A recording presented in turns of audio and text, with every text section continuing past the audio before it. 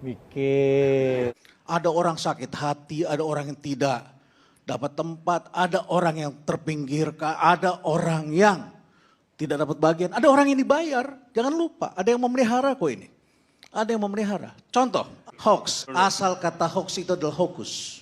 Hokus itu artinya adalah mengelabui. Mengelabui Fungsinya mata. apa? Fungsinya menguji orang dungu. Mengelabui. Mengelabui orang Ya. dungu. Yes. Saya telah ikut menyuarakan sesuatu yang belum diyakini kebenarannya. Karena itu yang terjadi. Jadi skandal Alan Loh, Sokal itu. Jadi hari skandal. ini bukan orang dungu yang dikelabui, orang-orang pandai. Bahwa saya akui bahwa saya gerusa-gerusu. Namanya kita baru belajar ya. Orang-orang yang ibadahnya Asal baik usul pun dari hoax dikelabui. itu. Referensi itu tidak cukup hanya membaca satu. Bukan tidak cukup Anda itu. harus Asal usul banyak pertama. membaca buku, Anda harus baca referensi. Dengan referensi tunggal itulah jadinya seperti ini. Itu Karena referensi paling Anda dasar memiliki satu untuk referensi belajar seperti tentang itu. hoax. Kalau Anda hanya persepsi dan tunggal, memang itu jadi bahaya memang.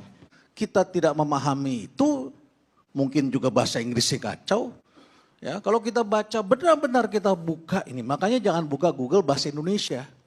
Harus juga pakai yang cari bahasa Inggris sehingga muncul hoaxnya itu yang jelas gitu. Kamus Bahasa Indonesia memang KBBI itu mengatakan hoax itu adalah berita bohong. Tapi kalau kita telusurin lagi kamus dalam sains, itu jelas sekali kok. Itu adalah kebohongan yang dibuat. Kebohongan yang dibuat dengan tujuan jahat. Tujuannya jahat ini. Kali ini saya pencipta hoax terbaik ternyata. Iya nggak? Itu strategi iblis itu, hoax itu strategi iblis, mau dipertahankan. Saya pemimpinnya, saya tanggung jawab. Saya akan ke neraka, saya akan ke neraka. Dan begitulah mereka yang ingin berkuasa selalu. Melemparkan hoax kan dengan tujuan. Dan apakah itu dibayar oleh dari dalam negeri? Ini ada kaki tangan juga, ini kan cyber war, Bang Garni. Ini kan sekarang hoax itu bukan bohongan biasa, ini sudah didesain dengan teknologi, pakai algoritma pula. Yang tidak ada hatinya. Tidak ada hatinya itu algoritma. Televisi sekarang Bang Karni ini kuat karena medsosnya. Kita lihat bagaimana streamingnya, kekuatannya. Dewan Pers mengumumkan data tahun 2017. Ternyata media online ada 43.000. Media online. Tahu berapa yang profesional Bang Karni? Hanya 4%. Jadi hanya 168 dari media online itu yang didukung oleh orang-orang profesional. Apa poin saya? Ada teknologi, ada kejadian, ada omongan-omongan seperti ini, ada perilaku-perilaku terbaru. Ini kan ditonton orang dan menimbulkan perilaku-perilaku dan menimbulkan nanti dampak-dampak tertentu. Kemudian kita lihat lagi, dulu Dewan Pers itu, terus kemudian ada undang-undang pers kan. Pers mengatur, ada gatekeepernya, ada kode etiknya. Bang Karni ini ngomong juga ada kode etiknya. Tidak bisa sembarangan.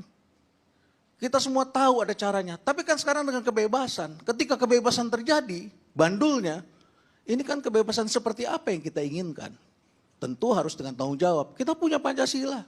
Bagaimana persatuan ini kita tegakkan? Moda sosial. Moda sosial itu perekat kita. Sehingga jadilah Indonesia ini. Tapi kalau kita kemudian jadinya bertengkar satu sama lain, nggak ada lagi Bang Karni. Yang terjadi adalah kita akan tinggal kembali di dalam gua-gua, bukan lagi menjadi suatu bangsa yang bersatu, tetapi adalah tribes, suku-suku yang kecil-kecil karena perbuatan dari 1-2 orang yang barangkali diuntungkan dan mendapatkan kesempatan, dan barangkali juga karena dia tidak pandai, tidak cermat membaca referensi-referensi ke depan. Kita selalu mengacu pada masa lalu, kita berpikir yang masa lalu itu adalah selalu benar, dan kemudian kita tidak melihat apa yang harus kita hadapi di masa depan, kemudian kita terperangkap dan akhirnya kemudian kita